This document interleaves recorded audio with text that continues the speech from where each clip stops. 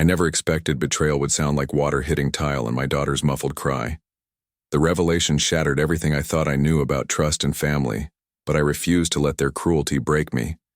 My name is Ben Hartwell, and I'm 34 years old. These days I live alone with my daughter Lily in our suburban home, building a new life from the ruins of deception. My wife Nora chose her affair partner Evan Mercer over our family's safety, turning what I thought was a stable marriage into a nightmare. That night, seeing 9-year-old Lily drenched and trembling while they stood over her with a bucket, something in me hardened into steel. They never saw me coming. Never expected I'd document everything. Never thought their discipline would land them in court. Before I go any further, let me know in the comments where in the world you are watching from. And make sure to subscribe because tomorrow I will share a story you don't want to miss. But let me start from the beginning. The late flight home had worn me down, but I'd pushed to make it back a day early. All I wanted was to surprise my girls, maybe catch Lily before she fell asleep. The house was lit when my cab dropped me at the curb, warm yellow light spilling through the living room windows into the November darkness. I remember the weight of my carry-on as I clicked the front door shut behind me. The familiar scent of home, vanilla from Nora's endless candles, wrapped around me. For a heartbeat, everything felt normal. Right. Then I heard it. The splash. The cry. My daughter's voice, high and frightened. "Please, I'm sorry." The sound kicked me into motion. I dropped my bag, following the noise to the living room entrance. The scene burned itself into my memory. Lily, my 9-year-old baby girl, standing in a spreading puddle. Her pajamas, the pink ones with cats that she loved, clung to her small frame. Water dripped from her long brown hair, running down her face like tears. Nora stood over her, gripping a blue plastic bucket from our garage. And beside her, a man, tall, gym-built, wearing an expression that made my blood turn to ice. He looked satisfied. "That'll teach you to talk back," he said, voice thick with authority he had no right to claim. I crossed the room in 3 strides, yanking off my wool coat. "Come here, sweetheart," I said, wrapping it around Lily's shaking shoulders. She pressed against me, trembling. "Who the hell are you?" I demanded, staring at the stranger. "Who do you think you are?" He gave me a dismissive smirk. "Relax, man, it's just water." The casual cruelty in his tone made my hands shake. I turned to Nora, who stood frozen, still clutching that damned bucket. "Are you out of your mind?" My voice cracked with disbelief. "That's your child, Nora. Is this guy your plaything?" "Your muscle?" Color flooded her cheeks. "Our daughter," she snapped back like she was correcting my grammar. "You lost the right to claim our when you chose him over her safety." The words came out like ice. Her eyes narrowed. "What a tacky replacement," I pressed. "This is who you bring into my home to parent." The man, who I'd later learn was Evan Mercer, puffed up his chest, stepping forward. "Say one more thing." I leaned in close, meeting his eyes. "You don't even measure up to half a man," I said, voice low and steady. "No job title, no bed hopping makes you a father." His smirk faltered. I saw the moment his facade cracked. Without breaking eye contact, I pulled out my phone. Started recording, the bucket still dripping on our hardwood. Lily's soaked pajamas.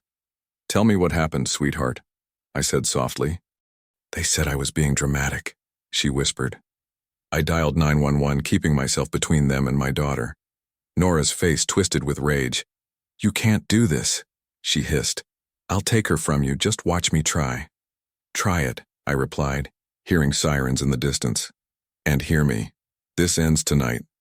Blue and red lights strobed through our windows as 2 officers approached the front door. Officer Kang, her nameplate read, took control immediately, separating us into different rooms with practiced efficiency. Her partner, Officer Martinez, stayed with Lily while Kang spoke to each of us in turn. I sat in the dining room, hands steady on the table. "My daughter is 9, I explained, keeping my voice level. I came home early from a business trip to find them pouring cold water over her as punishment. I have it recorded." I pulled up the video on my phone, then gestured to our doorbell camera. That caught him arriving with the bucket too. The timestamp showed Evan walking in like he owned the place, carrying our garage bucket filled with what I now knew was ice water. From the living room, I heard Nora's voice rise. She wasn't listening. She needs structure, discipline. Ma'am, Officer Kang cut in. Please stay in the kitchen until I speak with you. Officer Martinez crouched next to Lily in the family room, his tone gentle. I could see her wrapped in my coat, still shivering slightly. Can you tell me what happened? He asked. They said I was being dramatic, Lily whispered, glancing toward the kitchen. Mom said I needed to learn respect. I wanted to go to her but kept my place.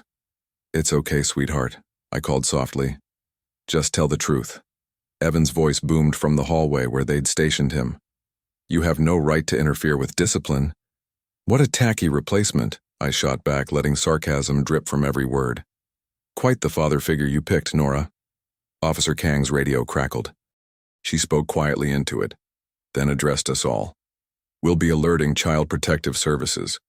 They'll want to investigate this incident. I nodded, still watching Lily. She looked so small in my oversized coat. Evan moved toward the kitchen, presumably to speak with Nora, but Officer Martinez blocked his path.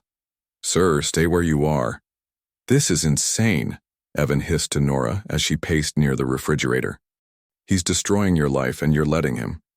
Nora's eyes found mine across the room, blazing with fury. I'll make sure you never see her again, she spat. I met her gaze steadily.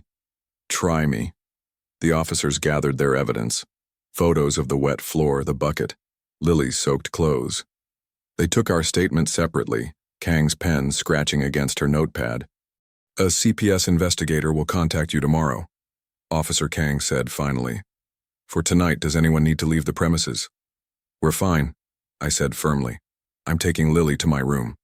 Upstairs, I tucked Lily into my bed, piling on extra blankets.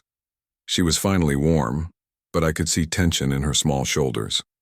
Through the floor, I heard Nora in the kitchen, her voice rising and falling in angry bursts. The distinct beep of a phone being dialed carried upstairs. I smoothed Lily's damp hair back from her forehead, wondering who Nora could be calling at this hour and what new hell she was about to unleash. The next morning, sunlight streamed through the kitchen windows as I flipped pancakes, trying to maintain some sense of normalcy. Lily sat at the counter, picking at her breakfast with the kind of quietness that made my chest ache. The doorbell rang at exactly 9 a.m. Dana Miller from Child Protective Services stood on our front step, her ID badge catching the morning light. She had the steady presence of someone who'd seen it all before. Mr. Hartwell? She extended her hand. I'm here about last night's incident. I led her into the living room where evidence of water damage still marked the hardwood floor. Dana took notes, her pen moving efficiently across her pad. Lily, would you mind if we talked privately for a few minutes? Dana's voice was gentle but professional. I squeezed Lily's shoulder. It's okay, sweetheart. I'll be right in the kitchen. 20 minutes felt like hours as I waited, straightening already straight kitchen counters. When Dana emerged, she gestured for me to join her while Lily stayed in the living room. Mr. Hartwell, based on what Lily's told me and the police report, this qualifies as maltreatment. Using water as punishment, especially cold water, is abuse. We'll be conducting a formal investigation. My phone buzzed. Nora's name flashed across the screen with a message. You're poisoning her against me. You'll regret this. I showed Dana the text before deleting it. She added it to her notes without comment. Document everything, she advised. Every message, every interaction. After Dana left, I drove Lily to school, my mind racing with next steps. In the drop-off lane, Mrs. DeLuca, our neighbor from 2 doors down, tapped on my window. Ben, I heard what happened last night, she said, glancing at Lily's retreating form. The crying, it wasn't the first time. My hands tightened on the steering wheel. You've heard this before? She nodded grimly. Several times when you were away. I'd be happy to give a statement about what I've witnessed. Thank you, I managed, relief flooding through me. Someone else had seen it. Someone else could verify the truth. That evening, I met Sloane Carter in her downtown office. Law degrees lined the walls, but what caught my eye was her direct gaze as she reviewed my evidence. The doorbell camera footage is crucial, she said, replaying the video of Evan entering with the bucket. And these texts from Nora, save everything, screenshots, backups, all of it. I'll file for emergency custody first thing tomorrow. My phone lit up again. Another message from Nora. You think anyone will believe you? I'll make sure the judge knows exactly what kind of father you are. Sloane noticed my expression. Show me. I handed her the phone, watching as she documented the threat. This helps us, she said firmly. Keep collecting evidence. Don't engage with her directly. Standing to leave, I gripped my phone tighter, feeling the weight of what lay ahead. Nora could threaten all she wanted. I wasn't backing down. The courthouse walls seemed to close in as I sat beside Sloane in the waiting area, my fingers drumming against my knee. The familiar scent of lemon cleaner and stale coffee did nothing to calm my nerves. Then I heard Nora's laugh, that practiced, theatrical sound she used when trying to impress someone. She walked in with Evan right beside her, his hand hovering near her lower back like he owned her. The sight made my stomach turn. He caught my eye and smirked, probably thinking he'd already won. I held his gaze, letting ice fill my stare until his smirk faltered just slightly. Remember, Sloane murmured, let the evidence speak. Inside courtroom B, the wood paneling and American flag created a somber backdrop as Judge Matthews settled into his chair. I straightened my tie, remembering how my dad always said appearance matters in court. The memory of helping him with his own ties years ago steadied my hands. Sloane rose smoothly, presenting our evidence with methodical precision. The doorbell footage played first, showing Evan entering our house with that damn bucket. Then came the Nest audio that made my blood boil all over again. She'll stop whining after this. Evan's voice rang through the courtroom speakers. I watched the judge's expression darken. Mrs. DeLuca's testimony followed, her voice steady as she described the crying she'd heard on multiple nights. It wasn't normal crying, she explained. It was fear. The school counselor, Ms. Parker, spoke next about changes she'd noticed in Lily. She's become extremely anxious about making minor mistakes, she testified. Last week she had a panic attack over spilling water on her worksheet. Objection. Nora suddenly stood, her voice shrill. This is ridiculous. Ben has been manipulating Lily, turning her against me. He's... Ms. Hartwell, Judge Matthews warned. Please sit down. I couldn't help myself. You did that yourself, I said, my voice carrying in the quiet courtroom. The judge called for order, then spent several minutes reviewing his notes. My heart hammered as he looked up. Based on the evidence presented, I'm granting temporary sole custody to Mr. Hartwell. He turned to address Nora directly. Ms. Hartwell, you will have supervised visitation only. Mr. Mercer. He fixed Evan with a stern look. You are barred from any contact with the minor child. Relief flooded through me. I reached for Lily's hand and gave it a gentle squeeze. Outside the courtroom, Nora cornered me near the water fountain. You're destroying our family, she hissed, tears gathering in her eyes. You already did when you let him hurt her, I replied evenly. Evan stepped closer, his jaw tight. This isn't over, he muttered. I watched them walk toward the parking lot, Evan's mouth moving as he whispered something in Nora's ear. Their heads were close together, conspiratorial, and something in their body language made unease settle in my stomach. 3 days later, I stood at my kitchen counter chopping vegetables for dinner, trying to maintain some sense of normalcy for Lily. The steady rhythm of the knife against the cutting board felt almost meditative. Lily sat at the table, humming softly while coloring, a sound that usually brought me peace. The flash of red and blue lights through my window shattered that peace. My stomach dropped as I watched a patrol car pull up outside. Setting down the knife, I wiped my hands and walked to the door, fighting to keep my expression neutral for Lily's sake. 2 officers stood on my porch, their faces professionally blank. Mr. Hartwell? Yes, that's me. One held out a stack of papers. This is a temporary protective order filed by Nora Hartwell. You're required to leave the premises immediately. My hands shook as I read the accusations, grabbed her arm during an argument, made threats against Evan. Pure fiction, but the order was real enough. This is insane, I said, struggling to keep my voice steady. None of this happened. I have cameras. Sir, you can contest this in court. For now, you need to gather some belongings and leave. I turned to see Lily standing in the doorway, her eyes wide with fear. Daddy? It's okay, sweetheart, I managed. We're going to visit Aunt Claire for a little while.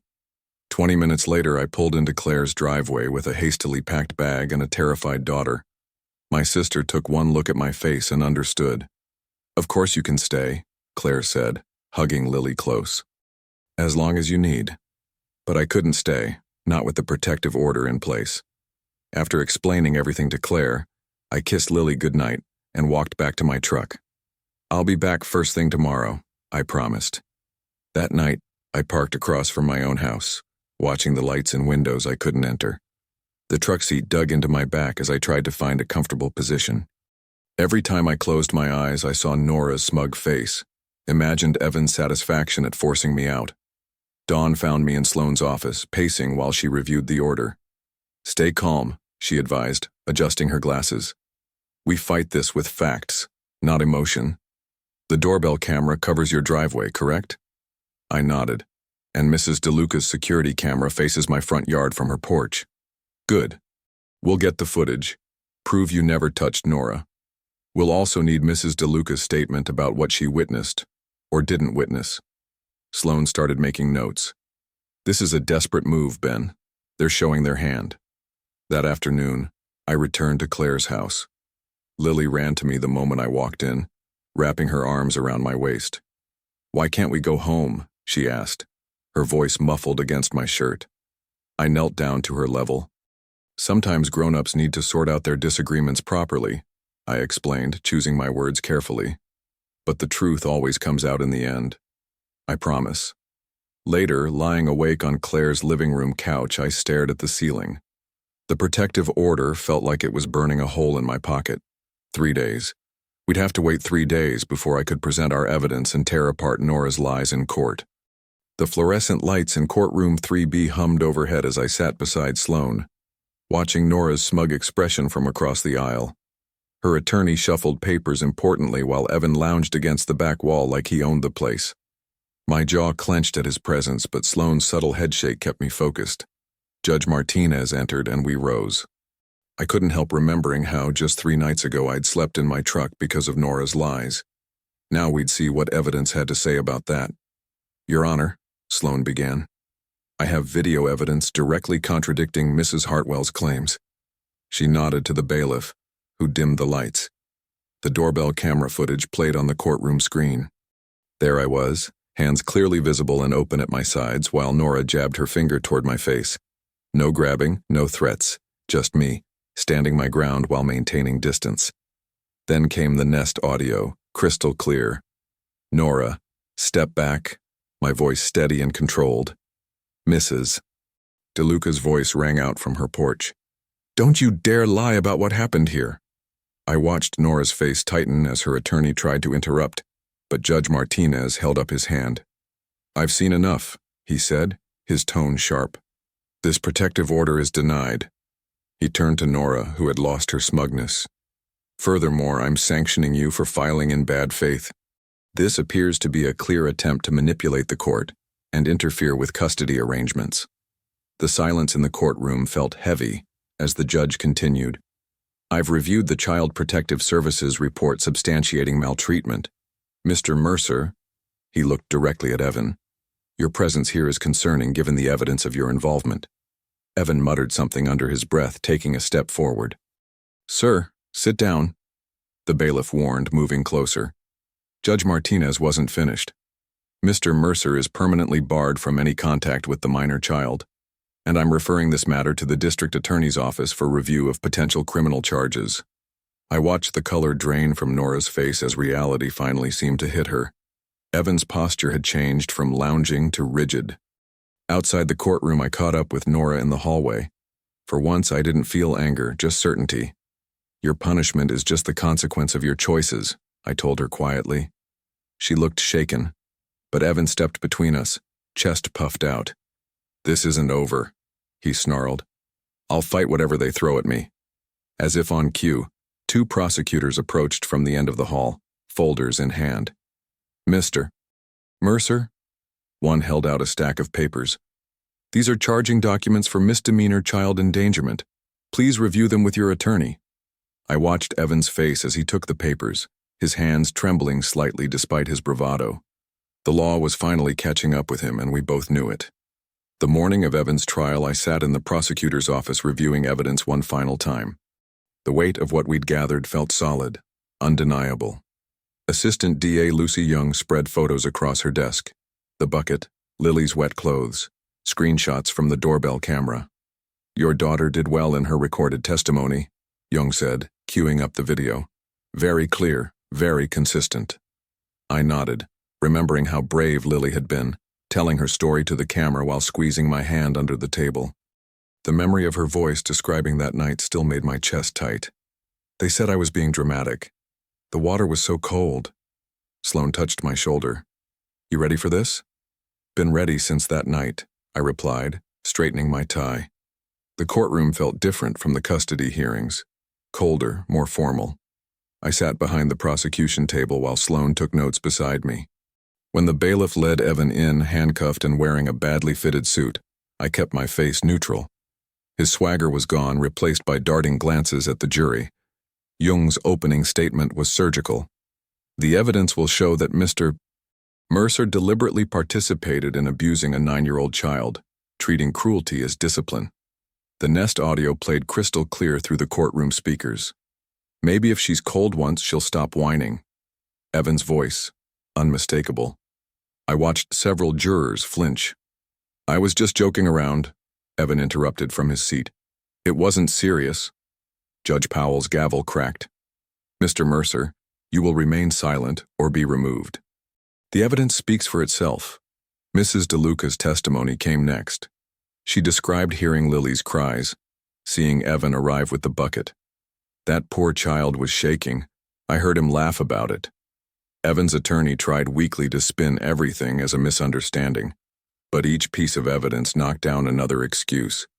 The doorbell footage, the CPS report, Lily's recorded statement, the school counselor's observations. Movement in the back of the gallery caught my eye. Nora sat alone in the last row, arms crossed tight, staring at the floor. When Evan turned to look at her, she wouldn't meet his gaze.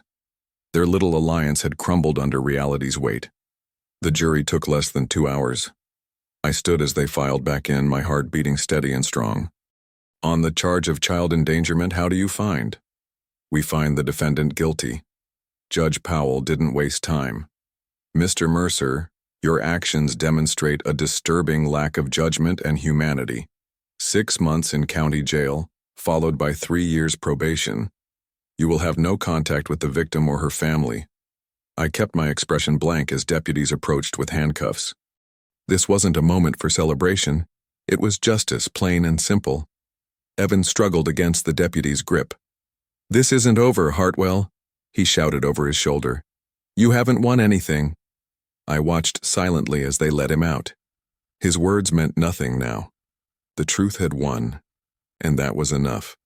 Days after Evan's sentencing, I stood outside the law office's conference room, staring at the plastic bucket in my hands. The same one they'd used on Lily. I'd kept it as evidence all these months, wrapped carefully in a garbage bag in my garage. Now it would serve its final purpose. Sloan touched my arm. "You sure about this?" "Absolutely." The bucket's handle felt cold against my palm. "She needs to face what she did." Inside, Nora sat with her attorney, wearing one of her power suits like armor. Her expression froze when she saw what I carried. I set the bucket deliberately in the center of the conference table, the hollow plastic sound echoing off glass walls. "This is your legacy," I said quietly. "Every time Lily flinches at bath time, every time she checks her bedroom doorway at night, this is what you chose." Nora's lips twisted. "Still with the dramatics, Ben?" "It was months ago. Trauma doesn't have an expiration date." I pulled out my phone, queued up emails from Evan's HR file. "But let's talk about your boyfriend's workplace communications." I read aloud. "That brat needs structure. Next time we'll make it ice water." Sent from his company account at 3:42 p.m. that day. Another email. "Kids got to learn respect somehow. Ben's too soft. Time stamped an hour before you both assaulted our daughter." Nora's face had gone pale. Her attorney leaned in to whisper something urgent. "His company fired him before he even went to jail," I continued. "Workplace violence policies. They're sending copies to every reference request." I met Nora's eyes. Your choices destroyed his career before prison even started. I didn't know he wrote those things. Nora tried weakly. You knew enough. I slid the settlement papers across the table. Full custody to me. The house stays mine, no alimony. You get supervised visits if Lily agrees to them. Her attorney nodded quickly. These are generous terms, considering the circumstances. I advise accepting immediately. Nora stared at the bucket, then the papers. This isn't fair. She's my daughter too. Was, I corrected. Until you chose him over her safety. Until you tried to frame me with that false protection order. Until you watched him traumatize her and called it discipline. My voice stayed level, but my words cut deep. You will never repair what you broke, Nora. Sign the papers. She picked up the pen, hand trembling slightly. I watched her signature appear on each line, marking the end of her control over our lives. When she finished, Sloane gathered the documents efficiently. We're done here, I said, standing. The bucket's yours. A reminder of what you threw away. The fresh air outside the building felt like freedom. I had the house, custody, and most importantly, proof that justice could win. But as I walked to my car, I wondered how Lily would process her mother's choices in the years ahead. The legal victory was clear. The emotional aftermath would take longer to settle. 6 months later, I stood in our kitchen on a quiet Saturday morning, watching Lily pour maple syrup over a stack of misshapen pancakes. Some were burnt, others barely cooked. We still hadn't mastered the perfect flip. Sunlight streamed through the window, catching the amber drops as they splashed onto the counter.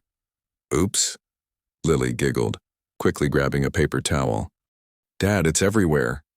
That's what makes them taste better, I said, wiping up the sticky trails. The familiar scent of butter and vanilla brought back memories of weekend mornings before everything changed. But these new memories felt lighter, cleaner somehow.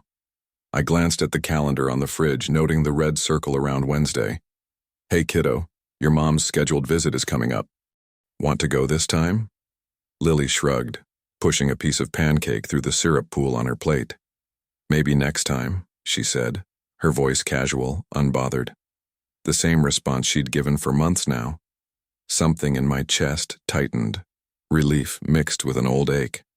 My daughter's heart had found its own protection, building walls I hadn't asked for but understood completely. I watched her eat, remembering the shivering girl in wet pajamas, and silently thanked whatever force had helped me stay calm that night. Later that afternoon, we drove to Claire's house, where the cousins immediately disappeared upstairs with a deck of cards. I sank into Claire's comfortable kitchen chair, accepting a steaming mug of coffee. She seems good, Claire said softly, nodding toward the ceiling where laughter echoed down. Really good, Ben. She is. I wrapped my hands around the warm mug. Hasn't asked about Nora in weeks. Claire nodded, understanding in her eyes. We both knew where Nora was. A cramped one-bedroom apartment across town, her CPS record following every job application like a shadow. The last supervised visit center had sent photos, Nora sitting stiffly in a sterile room while Lily focused on her homework, neither making eye contact. And Evan? He'd served his 6 months and slunk away, unemployable and alone. No tearful reunion with Nora, no soft landing for either of them. Their affair had crumbled under the weight of consequences, leaving them to carry their separate shame. Sometimes I drove past his old office building, remembering his smirk that night, knowing he now spent his days in empty rooms with no career, no relationship, no power over anyone. That evening I tucked Lily into bed, smoothing her favorite quilt, the one she'd picked out when we redecorated her room. Safe and sound? I asked. Our nightly ritual. Safe and sound, she echoed, already drifting off. I stood in her doorway, watching her peaceful face in the soft glow of her nightlight. The house felt different now, cleansed of old shadows. Betrayal had lived here once, had tried to claim my home and daughter as its territory. But now it lived elsewhere, haunting Nora's lonely apartment and Evan's isolated existence, while Lily slept soundly under my protection. Looking out into the quiet night, I thought of anyone else facing what I had faced. Remember this, I wanted to tell them. Remember that justice is possible. Betrayal doesn't get to win. I believe stories such as this find us for a reason. If this one touches you, please subscribe. I share a new one every day. In the meantime, there are 2 stories on the screen that are even better.